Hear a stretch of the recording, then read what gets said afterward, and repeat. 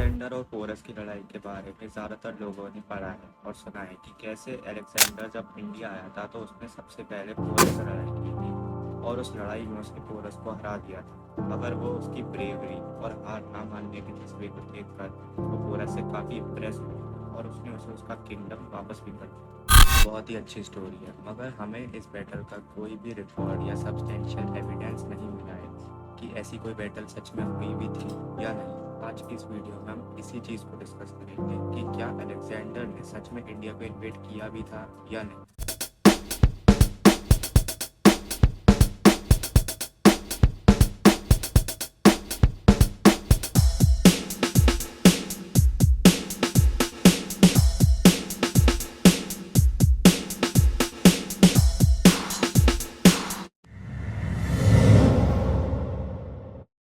अकेमेनिड empire को हराने के बाद अलेक्जेंडर इंडिया की तरफ आगे बढ़ने लगा, मगर रास्ते में उसके सामने बहुत सारे ट्राइब्स को किंगडम्स थे जिनको हराकर ही अलेक्जेंडर इंडियन सब कॉन्टिनेंट में घुस पाता। अलेक्जेंडर और उसकी आर्मी ने ज़्यादातर ट्राइब्स को हरा दिया और अपने हिंदू कुश के सीज को ख़त्म किया। इसके बाद अलेक्जेंडर और उसकी आर्मी सिंध और नॉर्थ वेस्टर्न पाकिस्तान में एंटर होती है, जहाँ पर ज़्यादातर रूलर्स अलेक्जेंडर से हार मान लेते हैं और उसकी साइड हो जाते हैं, जिसमें से एक थे अम्बीज ऑफ तक्षशिला। मगर पोरस अलेक्जेंडर से लड़ने के लिए तैयार हो जाता है और इन दोनों की ये बैटल को बैटल ऑफ वेलस्पस भी कहा जाता है, जो प्रेजेंट डे पंजाब की झेलम रिवर पर हुई थी। दोनों की आर्मीज एक दूसरे के आमने सामने थी, मगर बीच में रिवर थी, इसलिए अलेक्जेंडर ने अपनी सेना को आगे नहीं भेजा क्योंकि उस समय रेनी सीजन था और रिवर मड से भरी हुई थी, जिससे उसके सैनिक डूब जाते। साथ ही पोरस दूसरे छोर पर अपनी आर्मी के साथ तैयार था, इसलिए वहां पर जाना सेफ भी नहीं था। तो अलेक्जेंडर ने अपनी स्ट्रेटजी यूज की। उसने आधी आर्मी पोरस के सामने रखी उसका ध्यान भटकाने के लिए, और आधी आर्मी को लेकर वो रिवर से 18 माइल्स दूर गया ताकि उन्हें कोई जगह मिल सके रिवर को क्रॉस करने के लिए। फाइनली उन्होंने रिवर को क्रॉस कर लिया और वो धीरे धीरे पोरस की आर्मी की तरफ बढ़ने लगे। जब पोरस को ये पता लगा तो उसने अपने बेटे को कुछ आर्मी के साथ उनसे लड़ने के लिए भेजा, मगर उसका बेटा भी मारा जाता है। साथ ही अलेक्जेंडर ने अपनी बची हुई आर्मी से कहा था कि जैसे ही पोरस अपनी पोजीशन से हिले हमला करने के लिए तो तुम उस पर हमला कर देना, और उन्होंने ऐसा ही किया। और साथ ही उन्होंने पोरस की आर्मी को दोनों तरफ से घेर लिया। मगर जैसे ही अलेक्जेंडर की आर्मी ने पोरस के एलिफेंट्स को देखा वो डर गए, क्योंकि इससे पहले उन्होंने कभी भी एलिफेंट्स को वॉर में यूज होते हुए नहीं देखा था। वो एलिफेंट्स अलेक्जेंडर के सोल्जर्स को क्रश करने लगे, मगर सोल्जर्स ने जैसे ही अपने जैवलिन्स एलिफेंट के पैरों पर मारना शुरू किया तो एलिफेंट्स बेकाबू होकर अपने ही आर्मी को कुचलने लगे। मगर पोरस ने हार नहीं मानी और वो बहादुरी से लड़ा। उसकी बहादुरी को देखकर अलेक्जेंडर उसे जिंदा ही पकड़ना चाहता था और उन्होंने उसे जिंदा ही पकड़ लिया।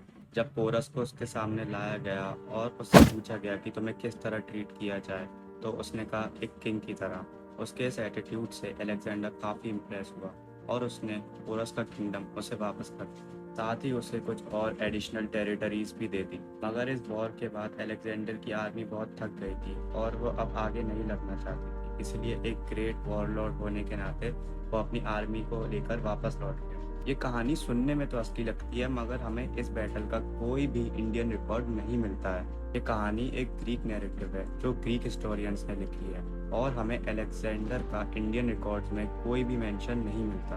अलेक्जेंडर तो छोड़ो, हमें पोरस का भी इंडियन हिस्ट्री में कोई भी मेंशन नहीं मिलता कि ऐसा कोई किंग पोरस या पौरवा था जो कि उस रीजन पे रूल करता था। इनफैक्ट तक्षशिला, जो कि उस समय का बहुत ही एक्टिव इंस्टीट्यूट था, जो उस जगह से केवल कुछ ही दूरी पर था, जहाँ पूरी दुनिया भर से स्कॉलर्स पढ़ने आते थे, उन्होंने भी इस बैटल के बारे में कुछ नहीं लगा।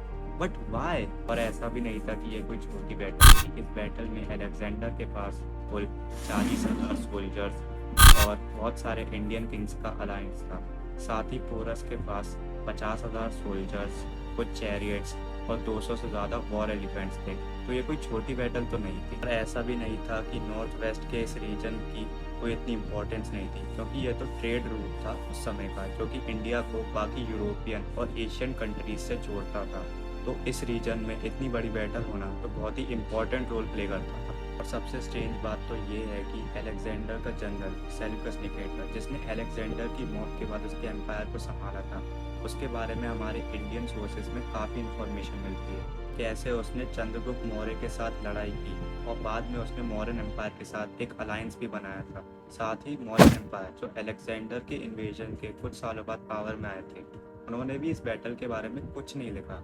और ओवर अलेक्जेंडर एक मिशन पर था इस वर्ल्ड को कॉन्कर करने के, तो मुझे नहीं लगता कि वो केवल अपने सोल्जर्स की वजह से वापस गया होगा। हालांकि सोल्जर्स के बिना कोई भी वॉर नहीं लड़ी जाती, मगर अगर उसे सोल्जर्स की शॉर्टेज थी तो उसने इतने सारे किंगडम्स को जीता था, तो मुझे नहीं लगता कि सोल्जर्स की शॉर्टेज हो सकती है। देखिए, इसके कोई रीज़न हो सकते हैं। पहला कि ऐसी कोई वॉर हुई ही नहीं होगी। अगर ऐसी कोई वॉर हुई नहीं है तभी इस वॉर के बारे में कोई भी रिकॉर्ड नहीं मिलता, मगर ये रीज़न भी कोई उतना वैलिड रीज़न नहीं। दूसरा रीज़न ये हो सकता है कि इस बैटल में अलेक्जेंडर पोरस से हार गया होगा, क्योंकि इस बैटल में अलेक्जेंडर का हॉर्स बुसिफेलस मारा गया था, जो कि अलेक्जेंडर के साथ बचपन से था। साथ ही अलेक्जेंडर जब वापस लौट रहा था तो उसे बीमारी हो जाती है और बीच में ही उसकी मौत हो जाती है, और वो बीमारी उन घाव की वजह से ही होती है जो कि अलेक्जेंडर को उस बैटल में मिले थे। मगर ये सब तो केवल पॉसिबिलिटीज हैं, और सच में क्या हुआ था ये तो किसी को नहीं पता। और आप लोगों की इस बैटल के बारे में क्या राय है, प्लीज़ मुझे नीचे कमेंट सेक्शन में ज़रूर बताइए।